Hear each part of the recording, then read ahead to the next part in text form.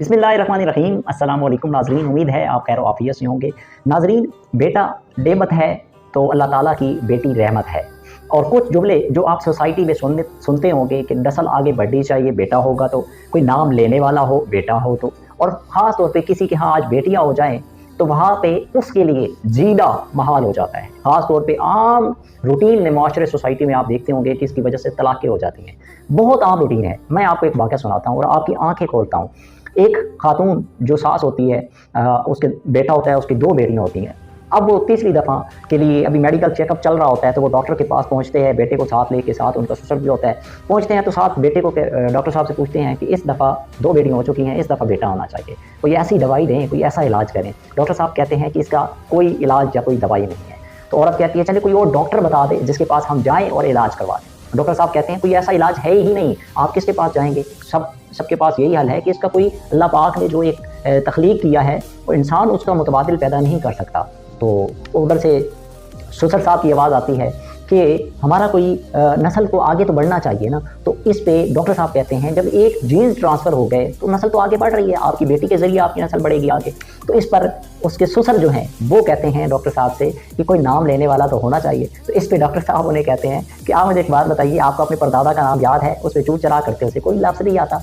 तो अंदाज़ा लगाइए वो उसे एहसास दिलाता है कि कल जो तुम नाम लेने की बात कर रहे हो तुम्हारी नस्ल को भूल गए, कल इसी तरह तुम्हारी नस्ल भूल जाएगी। नाम इन चीज़ों से कोई याद नहीं रखता, नाम तो अच्छे काम करने से याद रखे जाते हैं, कोई अपनी पहचान बनाई जाती है। इकबाल आज भी जिंदा है, ईदी साहब आज भी जिंदा है, गंगाराम हॉस्पिटल आप सुना होगा, गंगाराम जैसे लोग आज जिंदा हो गए, लोग उनको याद करते हैं, अच्छे काम लोगों के लिए, इंसानियत के लिए खिदमत करके गए, अपना नाम मकाम बना के गए। इसके लिए मतलब हमारी सोच और अप्रोच कहाँ चली गई।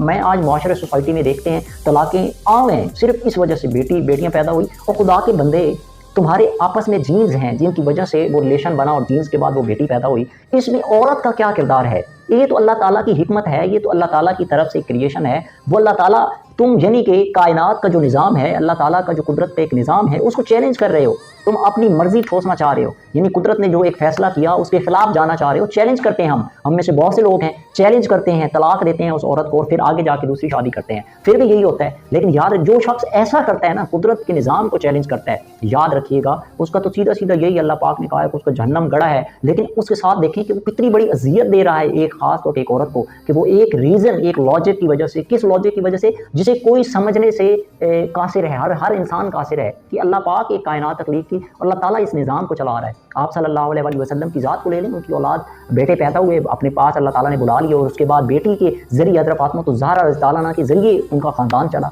तो मैं हैरान होता हूँ ऐसे घटिया लोगों पे और ऐसे बदबख्त लोगों पे जो इसकी वजह से, बेटियाँ पैदा होने की वजह से लोग औरतों को तलाक दे देते हैं।